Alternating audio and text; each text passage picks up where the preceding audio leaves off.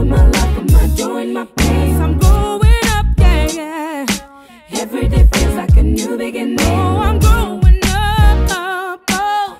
For my life, for my joy and my pain. Oh, I'm growing up. Bonjour Monsieur Dubois, on va parler aujourd'hui de la gastronomie martiniquaise.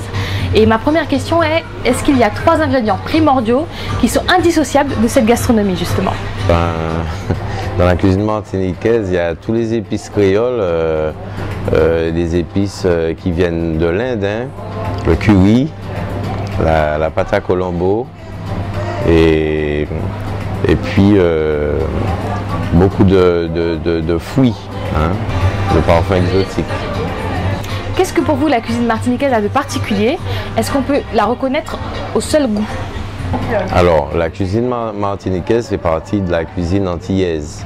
On a des plats qui ont certaines particularités, comme le macadam, comme le blaf de poisson, comme le colombo, comme le migan de fruits à pain, qui sont des plats typiquement martiniquais.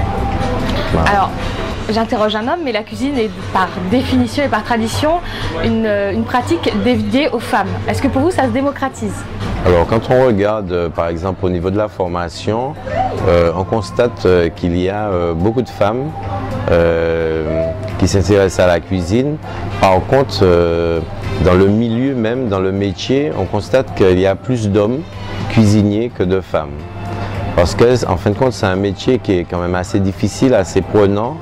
Et on va plus rencontrer des hommes que des femmes dans le métier. Quand on arrive à un certain stade. Voilà. C'est-à-dire sur un plan familial, bon, c'est plus les femmes. Mais sur un plan commercial, on va plus retrouver des hommes au niveau de la cuisine. D'ailleurs, on va un peu parler de vous. Comment est-ce que vous en êtes arrivé à la cuisine?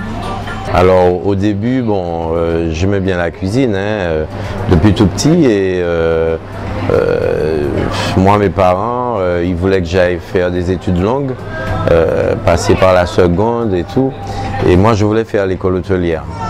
Le problème, c'est qu'en Martinique, pour entrer à l'école hôtelière, il fallait entrer par concours. On ne pouvait pas rentrer comme ça sur dossier. Et moi, j'ai été orienté sur le lycée de Bainbridge en Guadeloupe. Et moi, j'avais pas envie de partir en Guadeloupe, j'avais pas de parents sur la Guadeloupe, donc j'ai été à l'école hôtelière et j'ai passé le concours. Lorsque je suis revenu, j'avais échoué. Donc c'était bien dommage. J'ai été voir le directeur et il m'a fait passer devant une commission et ils m'ont accepté. Et j'ai fait 3 ans d'école hôtelière et je suis sorti major de ma promotion. Et voilà comment ça a démarré. Donc tout de suite j'ai été placé dans les plus grands hôtels et j'ai eu beaucoup de demandes. Et après je me suis beaucoup intéressé aux concours. Donc j'ai fait beaucoup de concours nationaux et internationaux. Et à partir de là a démarré vraiment ma carrière. Est-ce que vous avez des exemples, des référents, des modèles en matière de cuisine? Si oui, qui et pourquoi? Alors dans la cuisine martiniquaise, je travaille avec un aîné qui s'appelle le chef Nozibor, qui m'a beaucoup appris aussi. Il y a le chef Bredas, je fais partie de l'académie culinaire. Donc je suis tout le temps en contact avec des chefs, on participe à beaucoup de manifestations, beaucoup de concours ici mais aussi en métropole. Donc voilà. Est-ce que, pour le plaisir des internautes de Blex, est-ce que vous pourriez me donner rapidement une toute petite recette martiniquaise facilement applicable? Par exemple, une petite crème brûlée d'oursin au pain d'épices. Vous voulez que je vous donne la recette? Oui, je veux bien. Donc la crème brûlée d'oursin, dedans on va retrouver de la crème, du lait, des œufs, des oursins bien sûr, du pain d'épices, des oignons, de l'ail et une petite pointe de piment.